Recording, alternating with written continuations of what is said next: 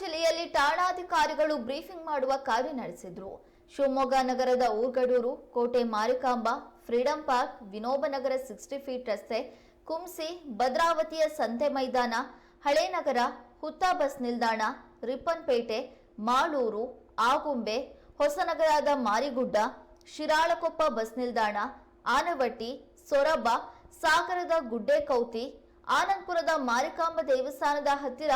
ಶಿವಮೊಗ್ಗ, ಶಿಕಾರಿಪುರ, ತೀರ್ಥಹಳ್ಳಿ, ಸಾಗರ ಮತ್ತು ಭದ್ರಾವತಿಯ ಉಪವಿಭಾಗದ ಪೊಲೀಸ್ ಠಾಣೆಗಳಲ್ಲಿ ಕರ್ತವ್ಯ ನಿರ್ವಹಿಸ್ತಾ ಇರುವ ಪೊಲೀಸ್ ಅಧಿಕಾರಿ ಮತ್ತು ಸಿಬ್ಬಂದಿಗೆ ಆಯಾ ಠಾಣೆಗಳ ಠಾಣಾಧಿಕಾರಿಗಳು ಬ್ರೀಫಿಂಗ್ ಮಾಡಿ ನಿರ್ವಹಿಸಬೇಕಾದ ಕರ್ತವ್ಯ ಹಾಗೂ ಮೇಲಾಧಿಕಾರಿಗಳ ಸೂಚನೆಗಳನ್ನು ತಿಳಿಸಿದರು.